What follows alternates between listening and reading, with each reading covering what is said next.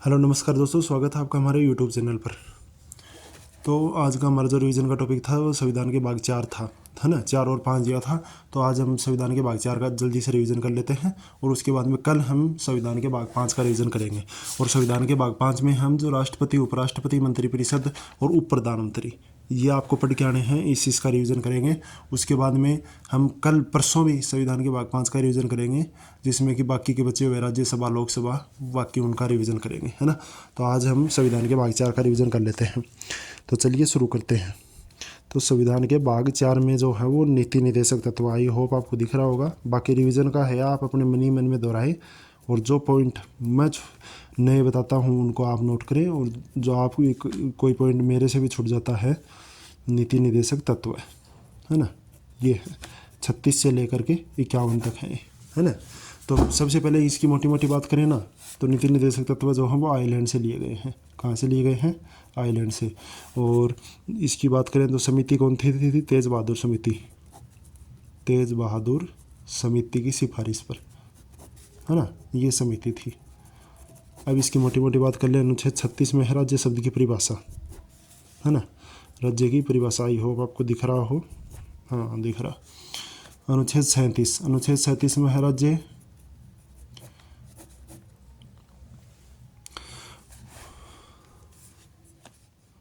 है ना। अनुच्छेद 36 में राज्य शब्द की परिभाषा हो गई। और तो अनुच्छेद 37 की बात करें तो इसमें है कि नीति निर्देशक तत्व वाद योग्य तो नहीं है, ये वाद योग्य ये नहीं है, लेकिन सरकार योजनाओं का निर्माण करते समय इनको ध्यान में रखेगी।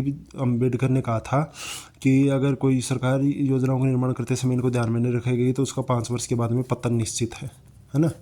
ये है। अनुच्छेद 37 के बाद में अनुच्छेद 38 है, राज्य सामाजिक, आर्थिक एवं राजनीतिक न्याय स्थापित करेगा, है ना। राज्य सामाजिक, आर्थिक और राजनीतिक न्याय स्थापित करेगा, अर्थात एक लोक कल्याणकारी राज्य की स्थापना करेगा। लोक कल्याणकारी राज्य की स्थापना, है ना, राज्य की स्थापना करेगा। उसके बाद में अनुच्छेद 38 के बाद में अनुच्छेद 39 ए में अगर हम बात करें तो आजीविका के साधन उपलब्ध कराएगा। राज्य सभी स्त्री पुरुषों को आजीविका के साधन उपलब्ध कराएगा, है ना। उसके बाद में इसमें बी की बात करें, 39 बी की बात करें तो इसमें संसाधनों का अधिकतम उपयोग से हो सके, अर्थात संसाधनों का विकेंद्रीकरण करेगा।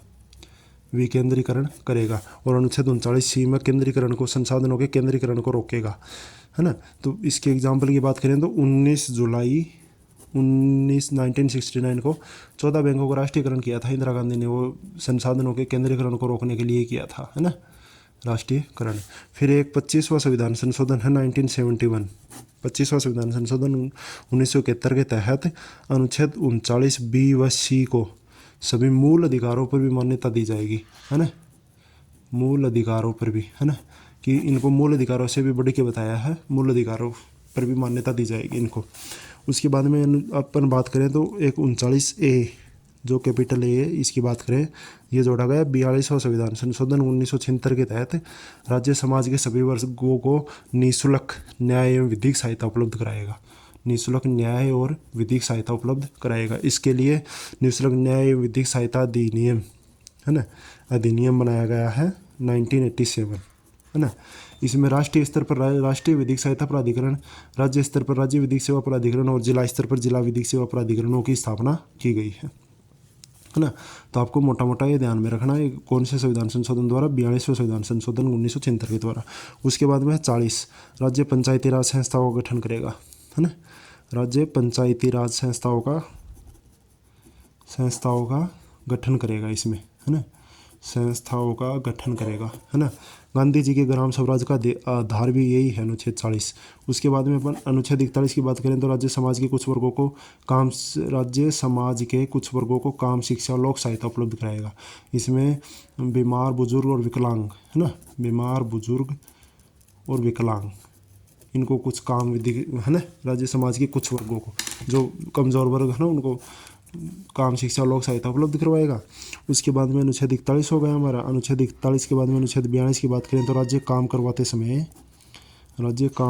समय मानव दशाओं को ध्यान में रखेगा। काम करवाते समय मानव दशाओं को ध्यान में रखेगा। इसमें प्रसूति सहायता, है ना, कोई गर्भवती महिला तो उसी के अनुसार काम करवाया जाएगा। प्रसूति सहायता को ध्यान में रखा जाता है, जैसे कि, है ना, एग्जाम्पल। उसके बाद में हम बात करें अनुच्छेद 42 के बाद में अनुच्छेद 43। अनुच्छेद 43 है राज्य। अनुच्छेद 43 में अगर हम, आई होप आपको दिख रहा हो, एक सेकंड, हाँ, अनुच्छेद 43 में बात करें अपन, तो राज्य जो है वो एक तो कुटीर उद्योगों को बढ़ावा देगा, है ना, कुटीर उद्योगों को जो है वो राज्य बढ़ावा देगा, कुटीर उद्योगों को बढ़ावा देगा एक तो, और सभी स्त्री पुरुषों को जीवन निर्वाह योग्य वेतन उपलब्ध कराएगा। स्त्री पुरुषों को जीवन निर्वाह योग्य वेतन उपलब्ध कराएगा। आप मेरी बात पर ध्यान देना, मैं पूरा नहीं लिख रहा हूँ, है ना, शॉर्टकट में थोड़ा थोड़ा लिख रहा हूँ ताकि आप समझ सके, बाकी मेरे बोलने पर ध्यान देना, है ना। आप भी आँख बंद के आराम से आप सोच भी सकते हो कि ये था, है ना। तो ये एक रिवीजन क्लास है जो कि हम कर रहे हैं। उसके बाद में बात करें तो आप इसमें है 43A में है उद्योगों में कार्मिकों की भागीदारी निश्चित की जाएगी। उद्योगों में कार्मिकों की भागीदारी निश्चित की जाएगी। ये भी 42वां संविधान संशोधन 1976 के तहत ही जोड़ा गया था। और एक है 43B में, इसमें है कि सहकारी संस्थाओं का गठन, सहकारी संस्थाओं का गठन, ये है 97वां संविधान संशोधन 2012 के तहत किया गया है ना। मोटी मोटी ये बात हो गई। उसके बाद में 44 की बात करें, 44 में है समान नागरिक सिविल संहिता। समान नागरिक सिविल संहिता, है ना। समान नागरिक सिविल संहिता क्या है कि संपूर्ण भारत में विवाह के, तलाक के, गोद के सभी के एक नियम है। ये गोवा में लागू है, बाकी भारत में लागू भी नहीं है। उसके बाद में अनुच्छेद 45, ये थोड़ा सा इंपॉर्टेंट है, इसको ध्यान में रखना। 0 से 6 वर्ष तक के बालकों के स्वास्थ्य को भी ध्यान में रखेगा राज्य, और 6 से 14 वर्ष तक के बालकों को निःशुल्क, यानी कि उसके शिक्षा भी उपलब्ध कराएगा, है ना। अनुच्छेद 45 में ये दिया गया है 6 से 14 वर्ष तक के बालकों को। उसके बाद में अपन बात करें अनुच्छेद 46। अनुच्छेद 46 की बात करें तो अनुच्छेद 46 में क्या होगा, अनुच्छेद 46 में होगा कि राज्य दुर्बल वर्ग, है ना, समाज के दुर्बल वर्ग जैसे SC ST, है ना, दुर्बल वर्ग को शिक्षा उपलब्ध कराएगा, है ना, शिक्षा उपलब्ध कराएगा। उसके बाद में अपन बात करें अनुच्छेद 47, राज्य जो है वो समाज या फिर लोगों के, राज्य लोगों के जीवन स्तर, पोषाहार व स्वास्थ्य को, पूरी डॉक्टरी राइटिंग आ रही है दोस्त, स्वास्थ्य को ध्यान में रखेगा, है ना। इसमें जो है वो मादक पदार्थों पर रोक लगाई गई है, मादक पदार्थों पर इसी अनुच्छेद के तहत रोक लगाई गई है। उसके बाद में अपन बात करें अनुच्छेद 48 में, अनुच्छेद 48 की बात करें तो राज्य कृषि व पशुपालन में तकनीकी सुधार करेगा, है ना, इसको बढ़ावा देगा और तकनीकी सुधार करेगा। इसमें गाय के वध पर रोक जो है वो इसी अनुच्छेद के तहत लगाई गई है। इसमें एक बात आपको ध्यान रखनी है, इसमें 48A भी है जिसके तहत क्या है, राज्य पर्यावरण संरक्षण को बढ़ावा देगा, पर्यावरण संरक्षण को तो बढ़ावा देगा और वन एवं वन्य जीवों की रक्षा करेगा, है ना। ये जो है 42वां संविधान संशोधन 1976 के तहत इसको जोड़ा गया था। उसके बाद में अनुच्छेद 49 की बात करें तो राष्ट्रीय महत्व के स्थल स्मारक, है ना, स्थल स्मारक व महलों की रक्षा करेगा राज्य, है ना। अनुच्छेद 49 ही हो गया। अनुच्छेद 50 में बात करें तो राज्य व कार्यपालिका को अलग करेगा। राज्य कार्यपालिका और न्यायपालिका को अलग करेगा, है ना। जबकि शक्तियों का बंटवारा जो है ना वो अनुसूची 7 में है। शक्तियों का बंटवारा किस में है, अनुसूची 7 में है, लेकिन इनको अलग अलग कौन करता है, अनुच्छेद 50। उसके बाद में अनुच्छेद 51 की बात करें तो अंतर्राष्ट्रीय संबंध को बढ़ावा देगा। राज्य अंतर्राष्ट्रीय संबंधों को बढ़ावा देगा, यानी कि अंतर्राष्ट्रीय शांति व सुरक्षा को बनाए रखेगा, शांति व सुरक्षा को बढ़ावा देगा। इसमें अंतर्राष्ट्रीय शांति व सुरक्षा को बढ़ावा देगा। विदेश नीति आती है इसमें। विदेश नीति का आधार पंचशील समझौता आपको पता ही है। और विदेश नीति का वैसे अनुच्छेद की बात करें तो 51, वैसे जनक की बात करें तो पंडित नेहरू, है ना। विदेश नीति का आधार पंचशील समझौता, ये आपको सबको पता है ही। पंचशील समझौता। तो हमारे यहाँ पर ये जो है नीति निर्देशक तत्व पूरे हो जाते हैं। उसके बाद में अनुच्छेद 350 का है मातृभाषा प्राथमिक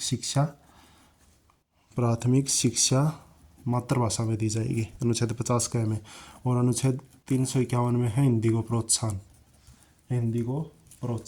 है ना। इतनी सी बात है। उसके बाद में हम इसमें बात कर लेते हैं कि 4A और 51A है ना, ये भी जोड़े गए हैं। कब जोड़े गए हैं? 42वें संविधान संशोधन 1976 के तहत ये कहाँ से लिए गए हैं? मूल कर्तव्य हैं इसमें रूस से लिए गए हैं। समिति कौन थी? सरदार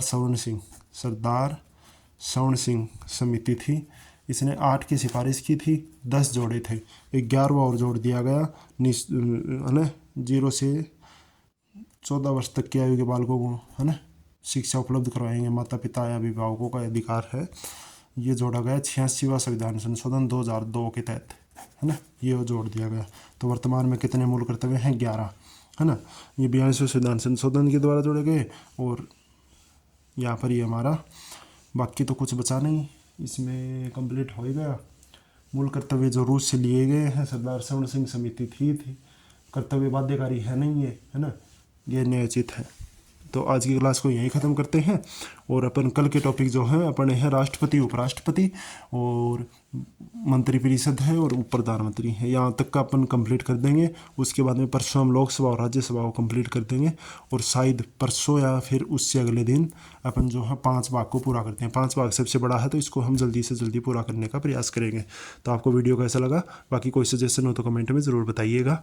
और आप भी जो पॉइंट छूट गया वो कमेंट में लिख दीजिएगा। और बाकी आपका कोई पॉइंट है वो ऐड कीजिएगा। रिवीजन क्लासेज हैं तो जल्दी से कर लीजिएगा। बाकी चलते हैं, मिलते हैं अगले वीडियो में। धन्यवाद सभी का।